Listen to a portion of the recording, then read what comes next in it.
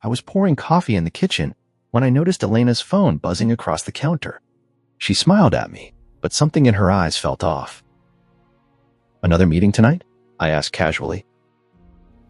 Yeah, just work stuff," she replied, tucking a strand of hair behind her ear. I frowned. "At this hour?" She laughed lightly, but it didn't reach her eyes. "You worry too much." I wanted to believe her. I really did. But a part of me couldn't shake the unease I'd been feeling all week.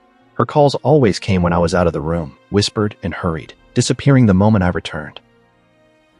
"Do you have to take that call outside?" I asked, noticing her phone vibrate again. "It's nothing, really.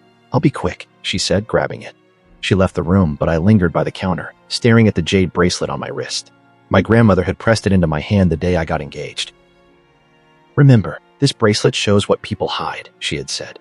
"Trust your instincts. It will reveal the truth." I had laughed then, but now, as I traced the smooth green stone with my thumb, I realized maybe she had been serious.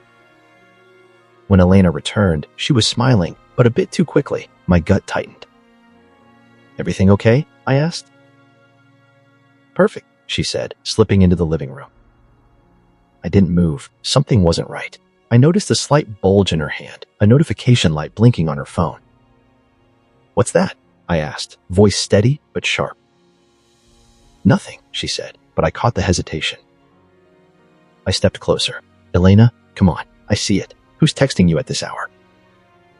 Her smile faltered, replaced by a flicker of annoyance. "You're being paranoid." "I'm just asking," I said, trying to keep calm. "You've been distant lately. I don't understand why." She sighed, crossing her arms. "I said it's nothing. Can we not do this tonight?" I nodded slowly, but my eyes stayed on the phone. She set it down, and for a moment, I thought the tension would pass. Then, her phone lit up again with a new message. I didn't mean to, but I saw it. A single line. "Act, meet me at midnight. Don't tell him." My chest sank. I could feel the air leave the room. "Elena, what is this?" I asked, my voice barely above a whisper. She froze, then smiled, sweet but distant. "I don't know what you mean." I shook my head, disbelief burning in my veins. I saw the message. Who is this? Her eyes darted away, and in that moment, I understood. Everything I thought I knew about us, our future, our plans, was a lie. It's complicated," she muttered. "Complicated," I echoed. My hands gripped the counter. "Elena, I thought we were honest with each other." She avoided my gaze. I didn't want to hurt you." I let out a bitter laugh. "Hurt me? You've already started." Silence filled the room, heavy and suffocating. I looked down at the jade bracelet. It seemed to hum against my wrist, almost like it knew. I didn't know what to do yet, but one thing was certain. My perfect life had just cracked. I didn't sleep that night. Every time I closed my eyes, I saw Elena's smile twisted with secrets I didn't understand. By morning, my head was pounding, and my hands itched to confront her, but carefully, subtly, like a test. "Elena, can we talk?" I asked over breakfast, trying to sound casual. "Of course, darling," she said, pouring coffee. "What's wrong? You look tense." "Nothing serious, just curious," I said, leaning against the counter. "You seem busy lately. Lots of late calls." She laughed softly. "You worry too much. Work's been hectic, that's all." "Is it really work?" I pressed, watching her over the rim of my mug. She set down the pot and smiled, warm, convincing. "I swear, nothing else. You know I'd tell you if—" "I know," I interrupted gently. I can't shake the feeling something's off." Her smile didn't falter. "You're imagining things, love. Relax." I wanted to believe her, but the bracelet around my wrist tingled faintly. I hadn't felt it since last night. My grandmother's words echoed in my mind. "It will show you what they hide." Narsink. Later, I met Jason at the cafe. He waved me over with a grin that made it impossible to stay angry. "Man, you look haunted. Did Elena bite you or something?" he joked. "Funny," I muttered, sliding into the seat. "I'm just tired." Jason leaned back. "You've got that suspicious vibe again. Spill it, man. Something's eating you alive." I don't know," I admitted. "It's Elena. I feel like she's hiding something. Jason laughed. Elena? The perfect girlfriend? Come on, man. You're imagining ghosts. You need a hobby, like video games. That always calms you down. I smiled weakly. Yeah, maybe you're right. We talked about other things, trivial stuff, but my mind kept drifting back. And then he asked a question I couldn't dodge. Seriously, man, are you worried she's cheating or something? I froze. Jason, I stopped, trying to measure my words.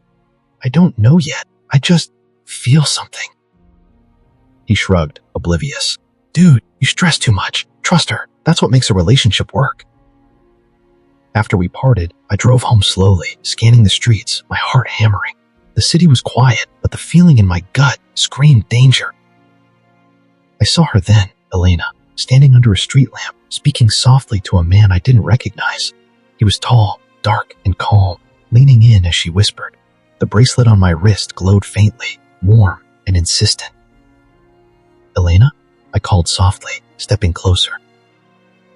She glanced at me, startled, but the man's hand brushed hers and she smiled, too freely. My chest tightened. Hi, she said, voice light. I didn't expect you to be here. Who's this? I asked, keeping my tone calm. Oh, just a colleague, she said quickly. I squinted. At midnight? She laughed nervously. It's nothing serious, really. The man nodded politely, then vanished into the shadows without another word. Elena turned to me, eyes wide. I was just talking, that's all. I felt my hands tremble slightly. Talking? You don't meet people in secret at midnight for casual chats, Elena. She bit her lip, avoiding my gaze. I didn't want to worry you. I stepped back, silence pressing down on us. The bracelet pulsed against my wrist, subtle but undeniable. It was warning me, guiding me. I need space, I said finally. I can't not notice these things anymore. She nodded, trying to smile, but I saw the first cracks in her mask. The perfect Elena I thought I knew, gone, revealing glimpses of a secret life I wasn't ready to confront. I drove away, heart racing, mind spinning. The night had shifted, and so had everything I thought was safe. I sat alone in my apartment, the city lights flickering through the blinds, gripping the jade bracelet tightly. My grandmother's letters were spread across the table, old and yellowed, her handwriting looping like a warning. This bracelet does more than shine, my boy. It senses deceit and nudges karma. Use it wisely. I read aloud, voice low. I laughed bitterly. Karma? A bracelet? Come on, Grandma. But the letters went on, each more cryptic than the last. This one, some betrayals go unnoticed. Some are too cruel for human hands to punish. That is when the jade acts. I tapped the bracelet. And you think switching it, somehow, can make things right? Her words echoed. Trust your instincts. It will reveal the truth. Shores. I stared at it, half in disbelief, half in hope. Could it actually influence Victor? The man Elena was meeting in secret? He was arrogant, cold, the type who never considered consequences. I shook my head. No, I can't just play God. Yet a small, dangerous part of me whispered, what if you can? What if justice could be silent, inevitable, clean? I thought back to Victor's smirk the other night. The way Elena's eyes lit up around him, it made my stomach churn. He had no idea how toxic he was, how easily he manipulated everyone, including her. I hate that he's like this, I muttered. I hate feeling powerless. A knock at the door startled me. It was my grandmother. Her hair was silver, tied loosely, and her eyes sharp, piercing. She entered without invitation. You've read the letters, she said softly, placing a hand on the table. Do you understand what it truly means? I think so, I said slowly. It's supposed to correct wrongs, subtly, like karma. But does it really work? She studied me, expression unreadable. It works for those who are blinded by greed, pride, or deceit, but it won't act on the innocent or the careful. You must be careful. If you try to force it, it may turn on you. I'm not sure I can just watch and wait, I admitted. Victor, he's dangerous. And Elena, she's being used. I want to stop it somehow. You will, she said, voice low. But not yet. First, understand. Observe. The swap is your choice, but it must be silent. No confrontation. no threats. Karma is patient. Her words settled over me like smoke. I closed my eyes, imagining the swap, the bracelet moving from my wrist to Victor's without anyone noticing, his arrogance and deceit turning inward, his carefully crafted world unraveling. I could watch it happen, I whispered, quietly. No one knows. No one gets hurt, except him. My grandmother nodded.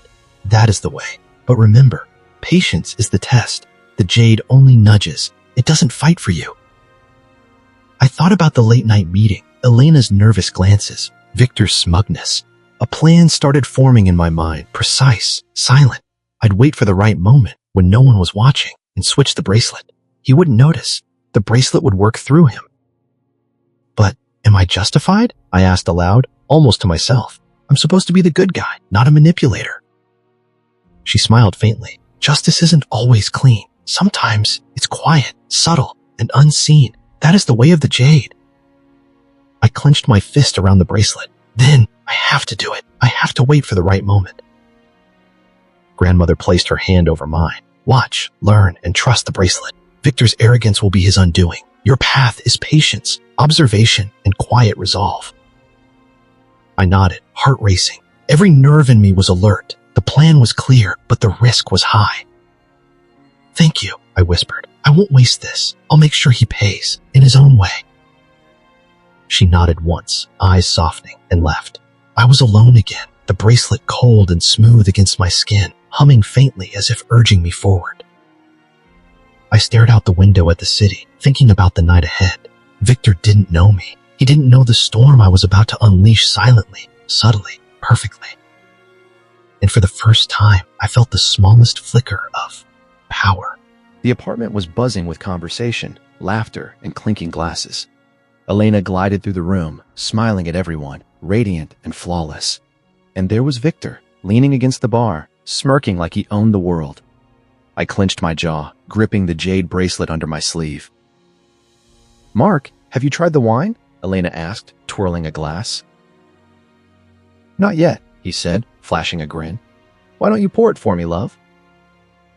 Her laugh rang through the room, effortless, charming. I could feel the sting in my chest, but I forced myself to breathe. "Sarister, focus, watch, wait."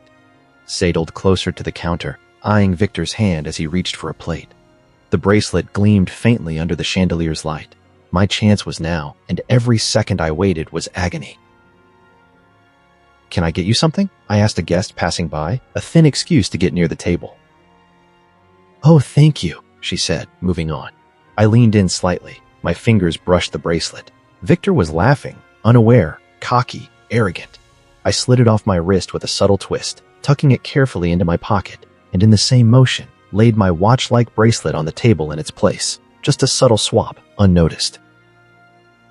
Victor raised his glass to me, smiling. "To the host. Beautiful party." "Thanks," I said, masking my heartbeat. I turned away before he could see the brief glint in my eye. Elena caught my gaze briefly, her smile a little strained. "Everything okay?" "Perfect," I replied, keeping it light. The rest of the evening was a blur of laughter, small talk, and toasts. I forced myself to chat with minor acquaintances, nodding and smiling while my mind raced. I imagined Victor wearing the bracelet, subtle karma starting to twist his fate, while I remained invisible, untouchable. "Darling, try this canapé," Elena said, handing me a tiny plate. "Thanks," I said, keeping my tone casual. My pulse thrummed under my skin. "Asterisk star. It's done. It's really done." Astrable. Victor's laughter rang out again, loud, careless. I could almost feel the bracelet tugging at him, whispering, nudging, shifting. I caught myself imagining him slipping, tripping, snapping under pressure, slowly unraveling as karma took its course. "Your cocktail is empty, sir?" a server asked Victor. "I'll have another," he said, waving her off. I noticed his hand tremor slightly, a subtle twitch, and I allowed myself a small, internal smirk. The bracelet was working. Elena leaned close to him, whispering, and he laughed, confident, arrogant, completely unaware. I clenched my fist in my pocket around the bracelet, feeling a surge of quiet power. I didn't need to confront him, didn't need to yell or fight. The change was already in motion. "Everything's all right?" Elena asked me again, this time slightly wary. "Yes," I said smoothly, "just enjoying the party." I smiled at her, but inside I was calculating, observing, watching. Each toast, each laugh, each subtle glance between Elena and Victor was a reminder of what I'd done and what was coming. My heart was racing, but the adrenaline felt sweet, like victory without a single confrontation. Minutes ticked by, then hours, and the party wound down. Guests began to leave, thanking the hosts, oblivious to the silent game being played. I shook hands, exchanged polite farewells, and finally stepped out into the cool night air.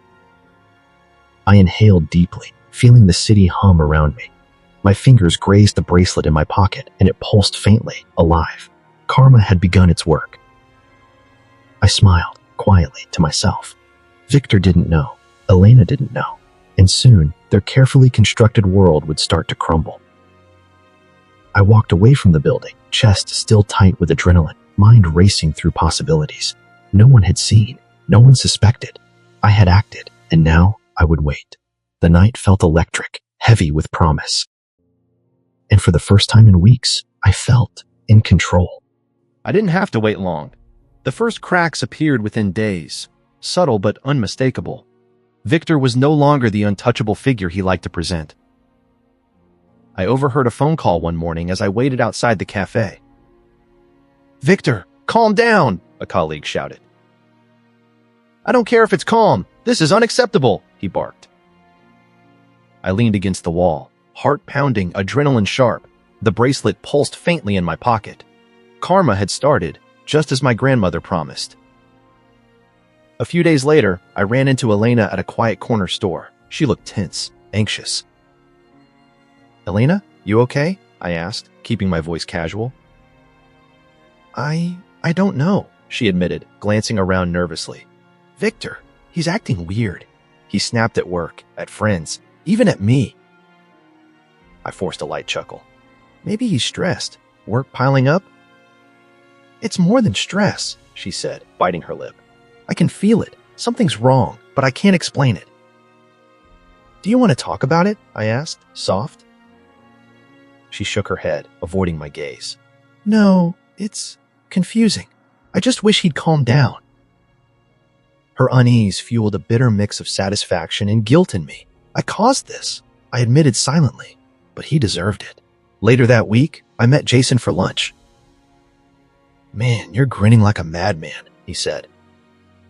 "I'm seeing results," I replied cryptically. Jason raised an eyebrow. "What kind of results?" I shrugged. "Patience, observation. Sometimes the smallest actions cause the biggest effects." "You're being mysterious again," he laughed. "I swear, you're either in love or plotting something insane." "Maybe a bit of both," I muttered, sipping my coffee. That night, I saw Victor at a small bar, clearly irritated. He snapped at the bartender over a minor mistake. "I asked for whiskey, not scotch. Do you understand?" he shouted. The bartender stammered, nearly dropping the bottle. I stayed in the shadows, unseen, and watched him pace. The bracelet's subtle influence was evident in his jittery movements, his tight jaw, the paranoia creeping into his posture. A friend tried to approach him. "Vic, calm down, man. It's just a drink." "I said leave me alone," he roared. I bit my lip, feeling the surge of power again. The quiet chaos I had initiated was unfolding naturally, with no interference from me. The next day, I ran into Elena at a park. She looked exhausted. "Victor?" I asked carefully. She nodded, glancing down. "He yelled at me again last night. I don't know what to do. I can't reason with him. He's paranoid, suspicious of everyone now." I swallowed, feeling the weight of my actions. "It's hard to watch, isn't it?" "Yes," she whispered, eyes moist. I just want him to calm down. I don't want to see him like this, but I can't fix it." "You're not responsible," I said, placing a hand over hers lightly. "Sometimes people face consequences for their choices, whether we like it or not." She nodded, silent, conflicted. I felt the pang of guilt again. Was I doing the right thing? Or was this just my own revenge masquerading as justice? A week later, at Victor's office, I overheard more chaos. "Victor, the client is upset," a colleague said. "I don't care. They should have delivered on time," he shouted, knocking papers off the desk. His secretary whispered something, and he spun around, eyes wide. You're lying! Everyone's lying! I walked past the building slowly, smiling faintly. The bracelet hummed in my pocket. He was unraveling, piece by piece. Elena could feel it, but couldn't explain it. I watched silently, heart heavy with moral complexity. Satisfaction warred with guilt, but I reminded myself this was necessary. Victor had been careless, cruel, arrogant, and now karma, patient and quiet, was finally starting to work. I woke up to the city humming below my window, but sleep didn't feel like rest anymore. My mind was a storm of memories. Elena laughing in my arms, the late-night whispers, Victor's smirk, and the bracelet pulsing faintly on my wrist as if urging me to notice everything. I met Jason at the cafe, trying to act normal, but he caught the tension instantly. "You look like a ghost, man," he said, sliding into the seat across from me. "Did she do something? Or are you finally realizing adulthood sucks?" "Funny," I muttered. "It's not that simple." "Uh-huh. Something's eating you. I can see it. Spill." I hesitated. "It's Elena and Victor. Things are changing, and I can't stop it." Jason raised an eyebrow. "Changing how? Are we talking normal drama or full-on cinematic disaster?" I chuckled faintly, then frowned. Full-on disaster. Victor's acting? Unstable? Elena's? I don't know. She's suspicious of me, but I can't let her know what I've done. Jason leaned back, smirking. "Wait, you've done something? Spill it, or I'm ordering your coffee black forever." "It's complicated," I said quietly, "but watching it happen, it's strange. Satisfaction, guilt, all at once." He laughed. "Classic you. Always caught between right and wrong. Can't you just talk to them like normal humans?" I shook my head. They don't deserve normal. Not now. Later that evening, I saw Elena at the apartment, her smile slightly forced. "You've been quiet today," she said, sliding onto the couch. "Something on your mind?" "Just thinking," I said casually, "about work, life, the usual." Her eyes narrowed. "You're hiding something. I can feel it." I laughed lightly. "Maybe, or maybe you're imagining things." She frowned, but didn't push further. I could feel the bracelet pulse faintly beneath my sleeve. It was working, nudging events along, and I was helplessly aware of it.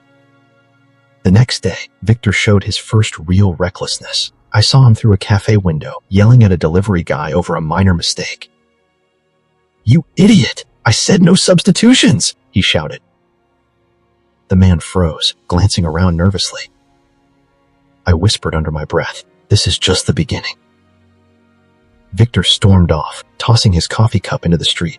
I could see pedestrians jump back, startled by his aggression. Elena was inside, pacing, phone pressed to her ear. "I don't understand him anymore," she said softly, voice trembling. "He's unhinged. I can't fix it." I stayed in the shadows, listening, feeling a mixture of satisfaction and guilt. He's spiraling, and yet I can't stop thinking about the pain this is causing her. "He said," Jason called later that night. "You're quiet again," he said, blunt as ever. "You can't brood forever. You need a drink, or a game, or something." "I can't," I muttered. "Too much is happening. Everything's shifting, and I'm in the middle." "You sound like a Shakespearean hero," he joked. "Trust me, man. You need some air." "I wish it were that simple," I said.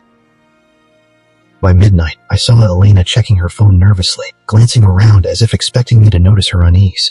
I smiled faintly, masking the surge of control I felt. She was beginning to sense change, but didn't understand the cause.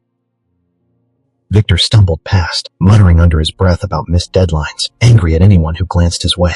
The bracelet pulsed faintly again, reminding me silently that karma was patient. I leaned against the wall, letting the night swallow my thoughts. Satisfaction warred with remorse. I'm punishing them, but am I becoming something I hate? I asked myself, staring at the faint glow of the bracelet in the moonlight. Elena's shadow fell across the doorway. "You're quiet again?" she murmured. "Just tired," I said, voice calm. "Don't worry about me." She sighed, pacing away. I felt the bracelet's hum through my wrist, subtle but insistent, and I knew that Victor's chaos was only beginning.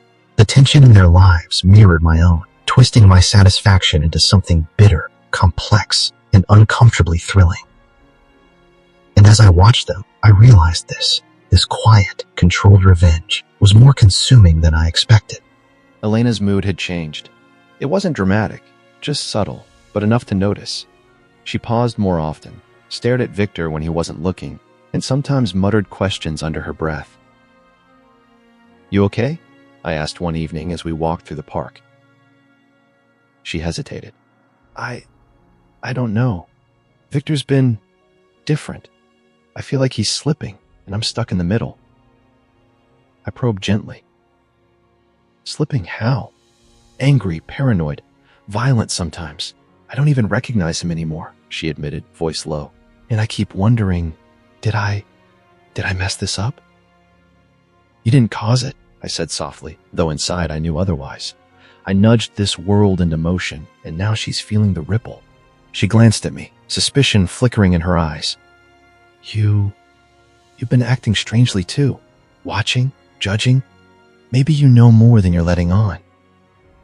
I smiled faintly, masking my pulse.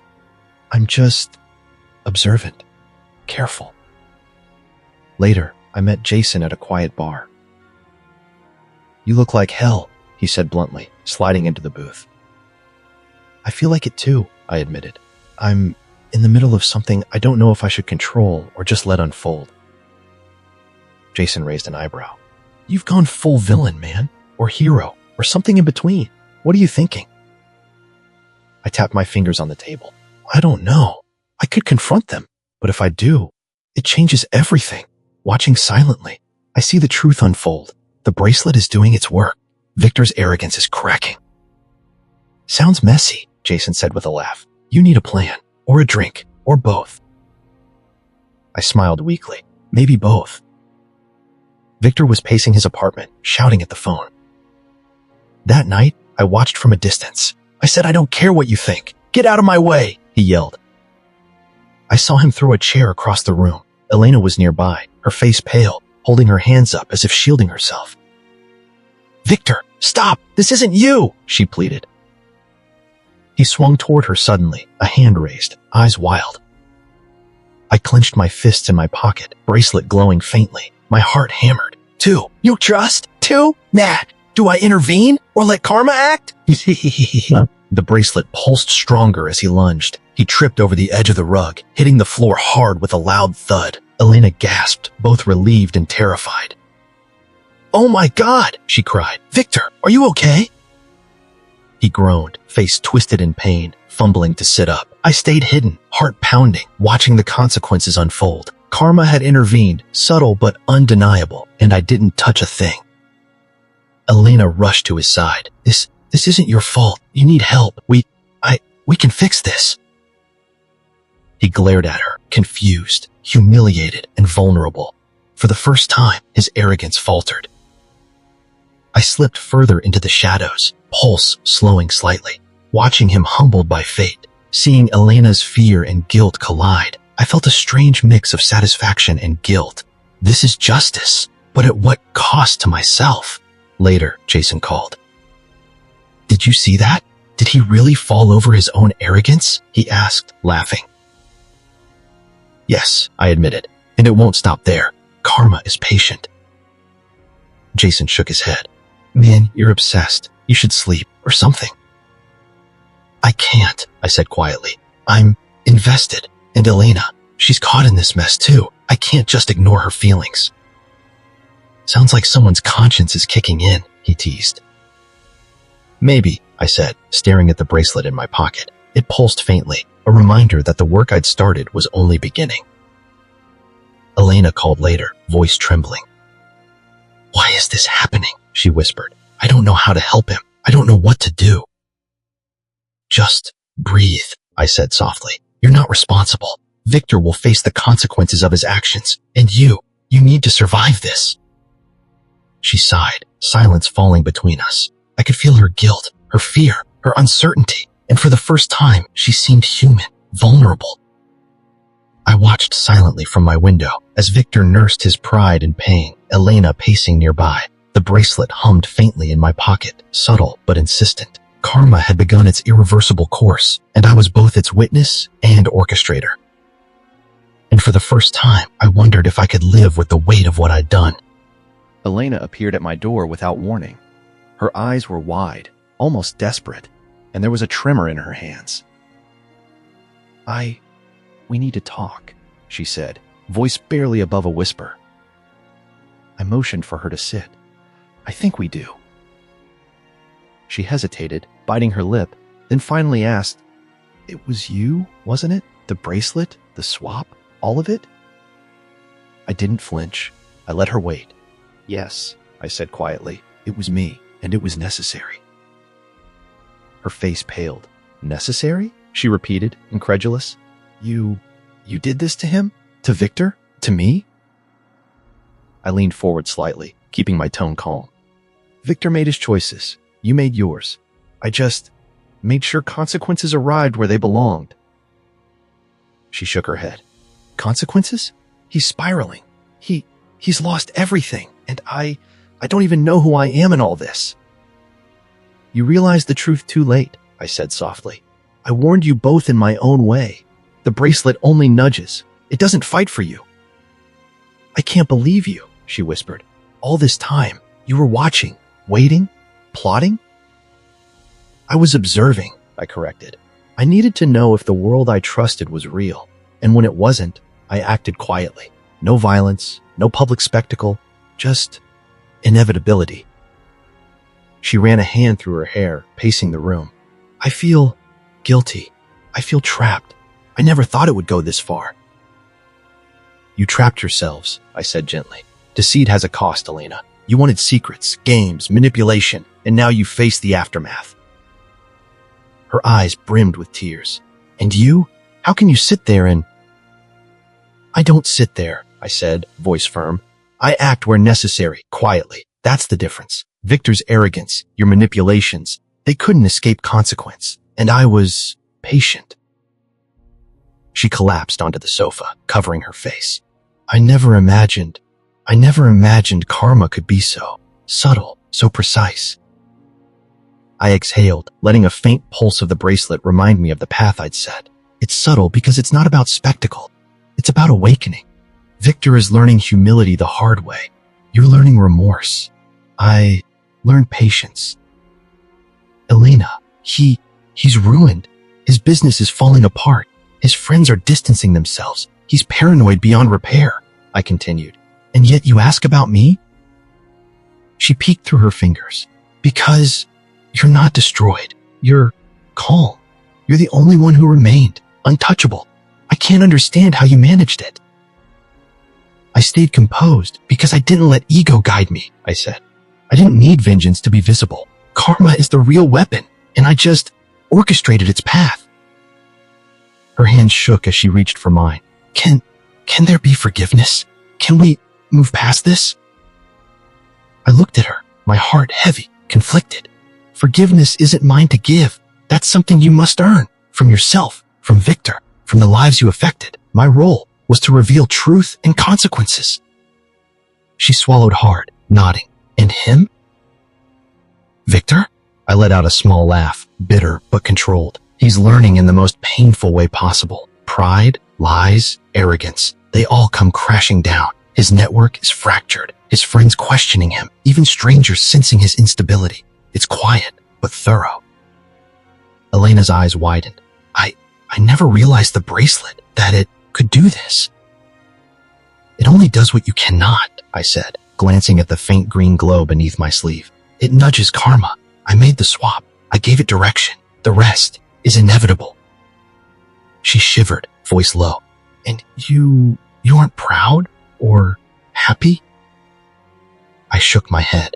I feel many things. Satisfaction, yes. Guilt, yes. But pride? That's dangerous. I did what I had to do, what I could do. The rest is theirs to face.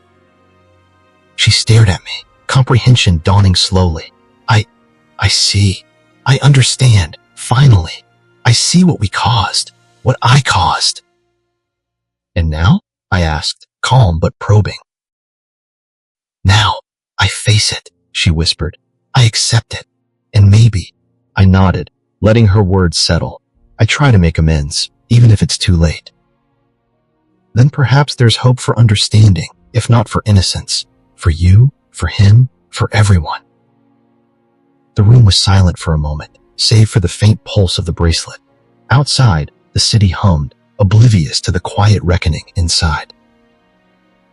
I exhaled, the weight of my choices pressing against my chest, but I also felt closure. Elena faced her guilt, Victor faced his downfall, and I had acted as both witness and subtle arbiter. And for the first time in weeks, I allowed myself to imagine a future not consumed by observation or quiet vengeance, but by the delicate balance between justice and forgiveness. I sat on the balcony, the city lights flickering like a memory I couldn't quite touch. The jade bracelet rested in a small velvet box beside me, returned to its rightful place. Its smooth surface seemed to hum softly, as if satisfied. Jason appeared at the doorway, holding 2 cups of coffee.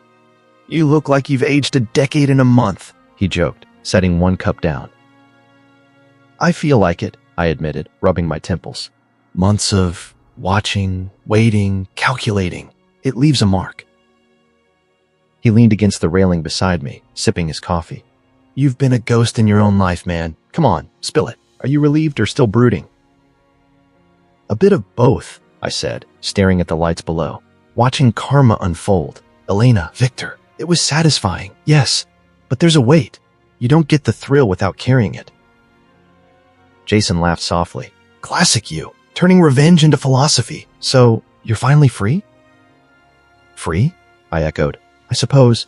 The bracelet's returned, the consequences delivered. But I've learned. I'm not the same person. I see flaws more clearly. Mine, theirs, everyone's." "You're sounding like Grandma now," he teased. "I swear, one more cryptic thought and I'm sending you off to a monastery." "I think about what she said," I admitted, voice quiet. "Patience, observation, subtle guidance. The bracelet didn't act for me. It acted through me. I just directed the course." Jason shook his head, grinning. "You're terrifying when you're wise.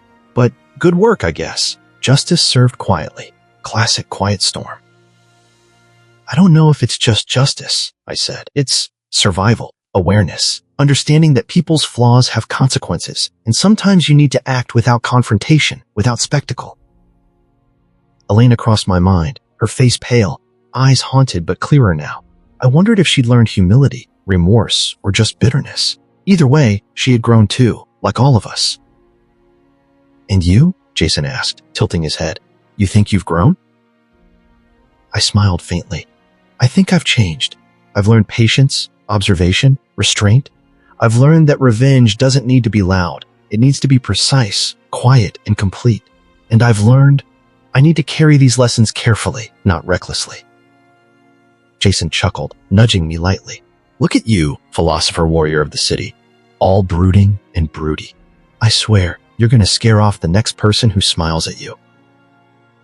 "Maybe that's not a bad thing," I said with a small laugh. "I need to be more cautious now, more aware. People can't be trusted blindly, not again." He studied me for a moment. "And the bracelet? Back in its box?" "Yes," I said. "It belongs there. The work's done. I don't need to touch it anymore. Its purpose was to teach, to reveal, to guide consequences. I've learned what I needed." Jason raised his cup. "Then here's to surviving human flaws, quiet victories, and not losing your mind in the process." I clinked my cup gently against his, and to lessons that hurt but shape us. We sat in silence for a few moments, watching the city breathe beneath us. There was a bittersweet feeling, relief mingled with scars that would remain. I knew I could never forget, but I could live with it. "Think you'll ever feel completely at peace?" Jason asked. "Maybe," I said slowly. "Not completely. Life doesn't allow it, but I can feel clarity, strength, awareness. That's enough for now." He grinned. "Good. And if you ever get broody again, I'm coming back with more coffee and worse jokes." I laughed softly, the sound light against the night. I'd expect nothing less. The bracelet glinted faintly in the box, green and calm. I traced my fingers along its edge once more, silently thanking my grandmother for the guidance she had left me, for the lessons embedded in jade and patience. I exhaled, feeling the weight lift slightly from my shoulders. Justice had been served quietly.